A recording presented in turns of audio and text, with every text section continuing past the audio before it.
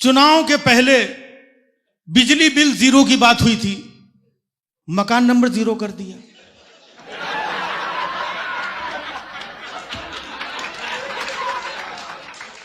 तो जो दिखता है वो होता नहीं।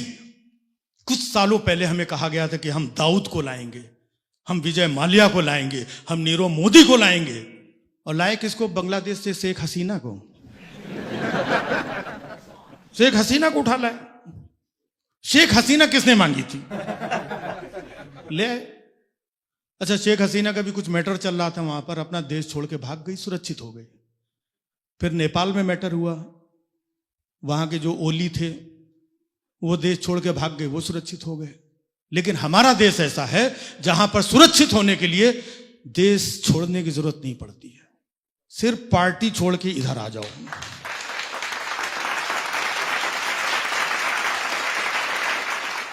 सिर्फ पार्टी छोड़ के उधर से इधर आ जाओ, सुरक्षित।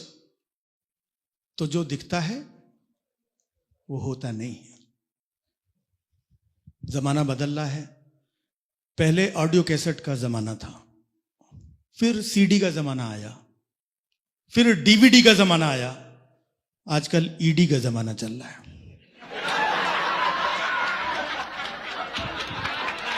ईडी का जमाना कहीं भी पहुंच जाती है, किसी के यहां भी पहुंच जाती है। जहां ना रवि पहुंचे ना कवि पहुंचे, वहां भी ईडी पहुंच जाती है। एक साहब के यहां ईडी पहुंच गई, तो जैसे ईडी वाले छापा मारने के लिए अंदर गए, रूम में देखा एक बड़ी सी तस्वीर लगी थी। वो तस्वीर देख के वो वापस जाने लगे, बोले सॉरी गलती हो गई, आपके यहां आ गया, गलती हो गई। तो उसने बोला भाई गलती कुछ नहीं हुई है, आप अपना काम करिए, ये तस्वीर तो हमने दिखाने के लिए लगा रखी है। तो ईडी वालों ने कहा भैया मुझे सब पता है, ये वाली तस्वीर लोग दिखाने के लिए ही लगाते हैं, दिल से कोई नहीं लगाता है, ये हमें भी पता है। यकीन ना हो तो धनखड़ साहब के यहां जाके देख लो, उनके यहां भी तस्वीर लगी है। अच्छा, धनखड़ साहब से याद आया कि धनखड़ साहब उपराष्ट्रपति थे हमारे, फिर अचानक उन्होंने स्वास्थ्य कारणों से इस्तीफा दे दिया। तो हमने उनसे पूछा, हमने कहा सर आपके स्वास्थ्य को क्या हुआ था? कहने लगे स्वास्थ्य को कुछ नहीं हुआ था, लेकिन इस्तीफा नहीं देता तो स्वास्थ्य बिगड़ सकता था। तो हमारे यहां जो दिखता है होता नहीं। मैंने देखा नेपाल बॉर्डर पे, यूपी और नेपाल का बॉर्डर है, वहां पर एक बंदा रोज साइकिल में एक बोरी लेकर के जाता था, रोज जाता था बोरी में। तो अचानक एक दिन सिक्योरिटी की नजर पड़ी कि ये कुछ तस्करी कर रहा है, कुछ साइकिल में लेके जाता है रोज। उसको रोका, बोले रुक, क्या है इसमें? तो बोला साहब बालू है इसमें, बालू। बोला खोल के दिखाओ। खोल के दिखाया, वाकई में बालू थी। अब वो रोज जाता था साइकिल में बोरी लेकर के, रोज जा रहा है। बाद में पता चला वो साइकिल की तस्करी कर रहा था।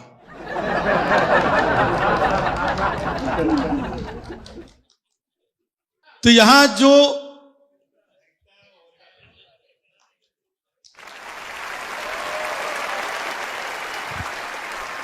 पुरानी फिल्मों में आपने देखा होगा कि लड़की कॉलेज से निकलती थी और हीरो उधर किनारे बैठा रहता था 4-5 दोस्तों के साथ में, और जैसे ही लड़की निकलती थी हीरो अपने बंदों को भेज देता था, जाके इसको जरा छेड़। अपने बंदे भेज के उसको छिड़वाता था लड़की को, फिर पीछे से पहुंच गया, हाँ ठिशुम ठिशुम ठिशुम, उन 4 गुंडों को मार देता था और हीरो बन जाता था। मतलब बंदा खुद ही अपने ही बंदे भेजता था, लड़की को परेशान करता था, फिर उसको बचाता भी था और खुद ही हीरो बन जाता था। This is actually GST reform.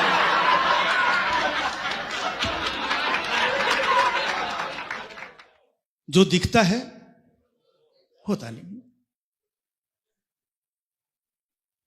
अब देखिए हमारे यहां भी हाल में हमारे चीफ जस्टिस गवई साहब थे, उनके ऊपर जूता उछाला गया और बताया जाता है कि देश सुरक्षित हाथों में है। हमने कहा देश सुरक्षित हाथों में है या नहीं है, लेकिन जूता सुरक्षित हाथों में, और जिसके हाथ में जूता है वो भी सुरक्षित हाथों में है।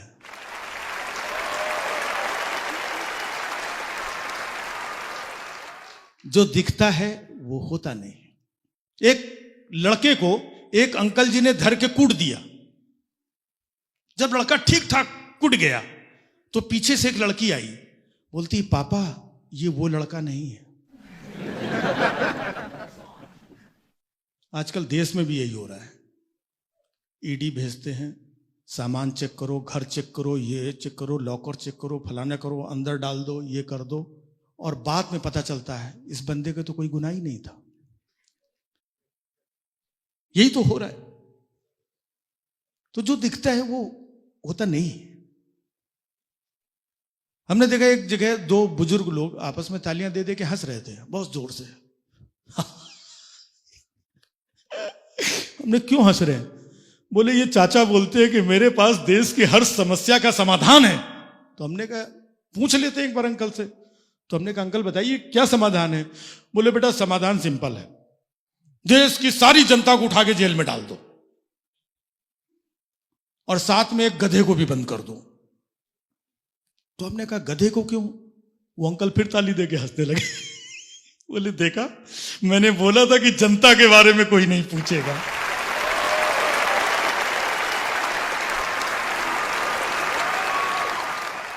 तो जो दिखता है वो होता नहीं है। एक बच्चे के तो 80% मार्क्स आ गए, उसके फादर को यकीन नहीं हुआ कि इसको 80% मार्क्स, मेरे बच्चे के 80% मार्क्स आ रही, ये कैसे आ गए?